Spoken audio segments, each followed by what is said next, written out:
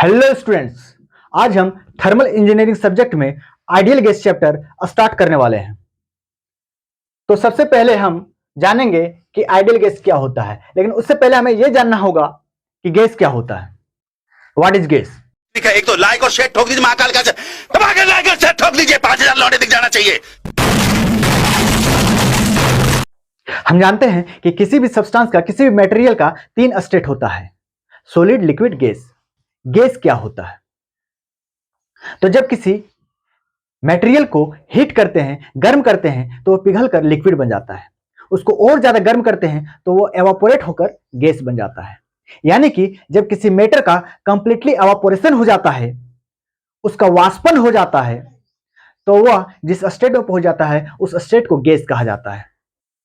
अब हम लोग समझेंगे कि आइडियल गैस किस गैस को कहते हैं। तो वैसा गैस जो हर एक टेम्परेचर और हर एक प्रेशर पर कुछ खास प्रकार के गैस के नियमों का पालन करता हो, उसे आइडियल गैस कहते हैं। वो खास प्रकार का कौन कौन सा नियम है?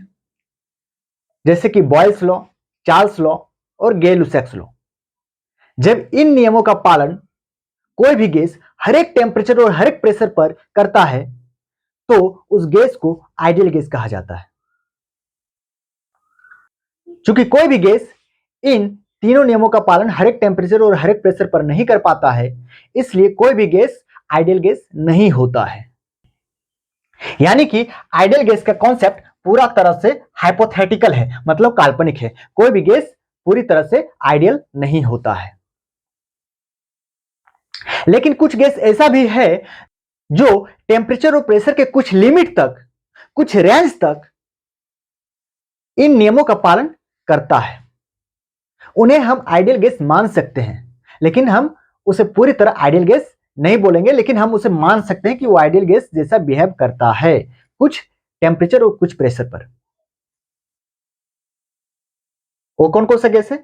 Oxygen, nitrogen, hydrogen, air, superheated vapour.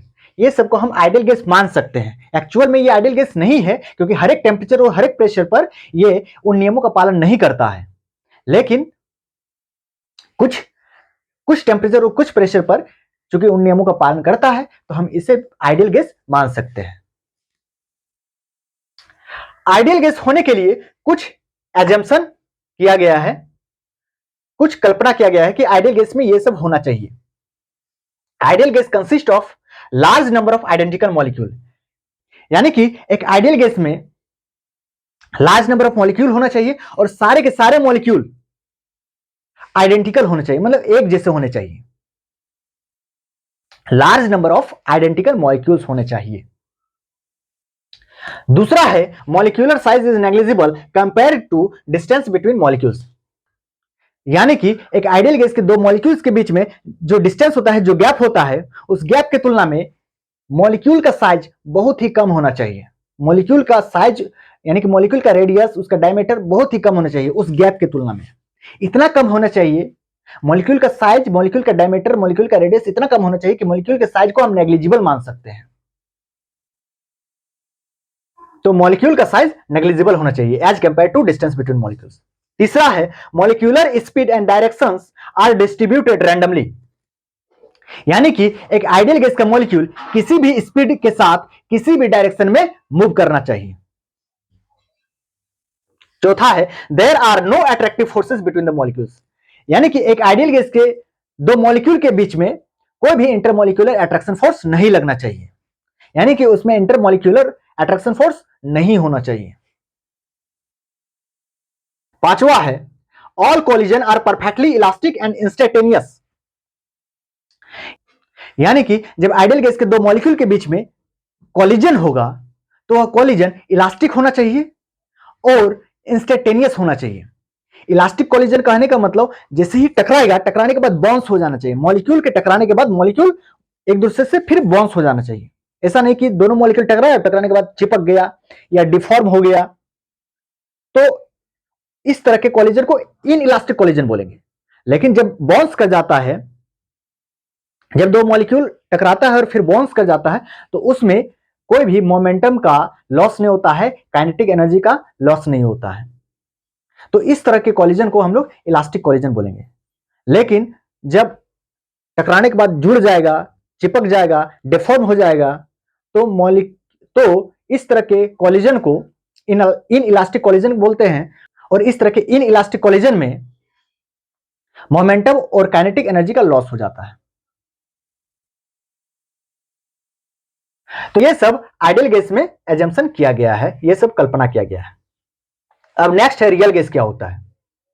चूंकि हम जानते हैं कि आइडियल गैस का कॉन्सेप्ट प्योरली हाइपोथेटिकल है, मतलब कि आइडियल गैस का कॉन्सेप्ट काल्पनिक है, यानी कि वास्तव में कोई भी गैस आइडियल नहीं है। नेचर में जितने भी गैस है उसे हम लोग रियल गैस बोलेंगे और वह पूरी तरह से आइडियल नहीं होता है।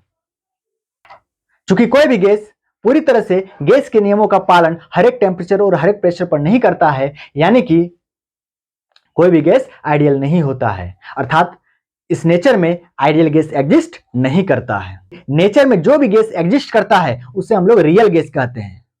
वह पूरा तरह से आइडियल नहीं होता है, जो कि एक काल्पनिक कॉन्सेप्ट है। तो those gases which exist in nature are called real gas। जो भी गैस नेचर में एग्जिस्ट करता है उसे हम लोग रियल गैस बोलते हैं, और वह पूरा तरह से आइडियल नहीं होता है, क्योंकि आइडियल गैस का कॉन्सेप्ट एक काल्पनिक चीज है। इसका एग्जांपल हो गया all gas.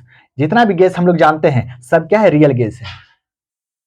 Oxygen, nitrogen, hydrogen, air, super heated vapour, ये भी कुछ टेम्परेचर और कुछ प्रेशर पर ही गैस के नियमों का पालन करता है, हर एक टेम्परेचर और हर एक प्रेशर पर नहीं कर पाता है। इसलिए इन्हें हम आइडियल गैस माने हैं, लेकिन ये एक्चुअल में आइडियल गैस नहीं है, ये भी रियल गैस है। तो अब नेक्स्ट टॉपिक है परफेक्ट गैस। परफेक्ट गैस क्या होता है? तो परफेक्ट गैस होने के लिए सबसे पहले उसे आइडियल होना जरूरी है। मतलब आइडियल गैस को ही कुछ खास कंडीशन में परफेक्ट गैस बोलेंगे। लेकिन कब? जब आइडियल गैस का स्पेसिफिक हीट हर एक टेम्परेचर पर कांस्टेंट रहता है, तब उस आइडियल गैस को परफेक्ट गैस बोलते हैं। तो यहां पर सवाल उठता है कि स्पेसिफिक हीट क्या है। 1 केजी मटेरियल का टेम्परेचर 1 डिग्री सेंटीग्रेड या 1 केल्विन बढ़ाने के लिए जितना हीट देना पड़ता है, उस अमाउंट ऑफ हीट को स्पेसिफिक हीट कहते हैं। और जब स्पेसिफिक हीट का वैल्यू किसी आइडियल गैस के लिए हर एक टेम्परेचर पर कांस्टेंट रहता है, तो उस आइडियल गैस को परफेक्ट गैस कहते हैं। क्योंकि कोई भी गैस आइडियल नहीं होता है, तो कोई भी गैस परफेक्ट भी नहीं होता है। लेकिन ऑक्सीजन, नाइट्रोजन, हाइड्रोजन और एयर, ये सभी गैस टेम्परेचर और प्रेशर के कुछ रेंज के भीतर परफेक्ट गैस जैसा बिहेव करता है। अगर यदि टेम्परेचर और प्रेशर उस रेंज से ज्यादा या उस रेंज से कम हो जाएगा, तो गैस का स्पेसिफिक हीट भी चेंज हो जाएगा, तब उस आइडियल गैस को परफेक्ट गैस नहीं बोलेंगे। तो आशा करते हैं कि आज के क्लास में जो भी टॉपिक डिस्कस किए सारा कुछ समझ में आ गया होगा। अगर कुछ डाउट रह गया होगा तो कमेंट बॉक्स में कमेंट जरूर कर दीजिएगा। वीडियो को भी लाइक शेयर जरूर कर दीजिएगा और चैनल को सब्सक्राइब करके नोटिफिकेशन बेल को जरूर प्रेस कर दीजिएगा। इसी के साथ आज की मजदूरी यहीं खत्म करते हैं। अगर तुम्हें वीडियो पसंद आई तो लाइक मारो यार। मुझे नहीं पता, मुझे 2 मिलियन लाइक्स चाहिए, कैसे ना कैसे करके मुझे चाहिए। इतना झिला मैं कभी नहीं होऊंगा अपनी पूरी जिंदगी में जितना इसमें झिलाऊं, मुझे चाहिए ही चाहिए। तो लाइक मारो, और अगर तुम लोग नए हो तो सब्सक्राइब करो। वो जो लाल वाला बटन है उस पर फूट फेंक के मारो या फिर मोमबत्ती, मुझे नहीं पता, बस क्लिक हो जाना चाहिए। अब मैं भी जा रहा हूं, मुझे पैसों के पीछे भागना है। बाय।